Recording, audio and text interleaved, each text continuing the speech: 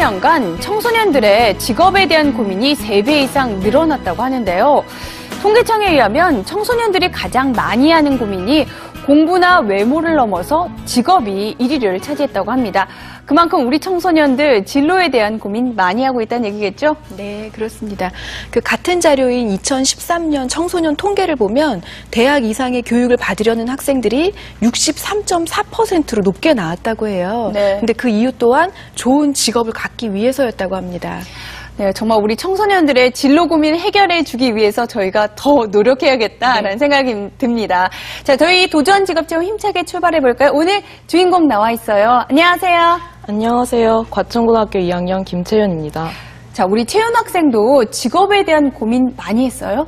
네, 아무래도 중학교 3학년 말에 신문기자로 직업을 정한 뒤로는 그렇게 크게 고민을 하지 않았지만 그 전까지는 여러 분야를 보면서 어떤 직업이 나한테 가장 잘 맞을까 그런 점에서 고민을 많이 했고요.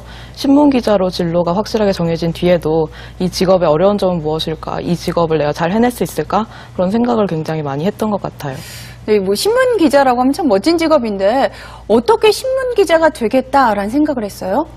사실 제가 중학교 3학년 이전까지는 사회나 시사 문제에 정말 관심이 없었어요. 그런데 중학교 3학년 때 역사책에서 그 베트남 전쟁에 대한 일을 접하고 나서 베트남 전쟁이 처음에는 미국 시민들이 거기에 대해서 그 전쟁의 의미나 의의 같은 것에 크게 관심이 없었다고 해요. 그런데 호스트파스라고 AP통신의 종군 기자가 충격적인 베트남 전쟁의 실상을 담은 사진을 발표하고 나서부터는 미국 시민들이 이 전쟁은 과연 무엇을 위한 전쟁일까?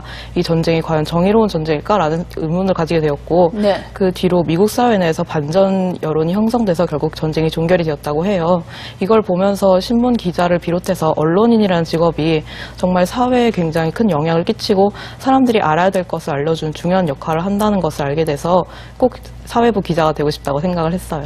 정말 많은 준비를 하고 있거든요. 거기다 고등학교 2학년인데 이렇게 차근차근 준비했다니까 정말 놀라워요. 하지만 한편으로 저는 아직 가능성이 참 많은 나이인데 너무 한 곳만 바라보고 준비한 게 아닐까 이런 걱정도 살짝 들거든요. 네, 우리가 앞으로 다가올 미래가 어떻게 펼쳐질지 정확하게 예측하는 건 굉장히 어려운 일이잖아요. 네. 그것 또한 진로도 어떤 모습으로 펼쳐질지를 그 누구도 정확하게 예측할 수가 없습니다. 그래서 자신이 원하는 진로 목표가 이루어지지 않을 가능성에 대해서도 대비하는 자세가 필요한데요. 다시 말하면 조금 더 다양한 진로 대안을 고려해보는 유연한 사고가 필요하다는 것인데요. 네. 그래서 채윤 학생에게 한 가지 질문을 좀 해보려고 하는데 채윤 학생은 사회부 기자가 되고 싶다고 했잖아요. 그런데 그 꿈을 이룰 가능성이 몇 % 정도 된다고 생각하세요? 한 70% 정도는 된다고 생각해요. 네. 그러면 본인이 만약에 나머지 30%에 해당하게 된다면 어떻게 할 거예요?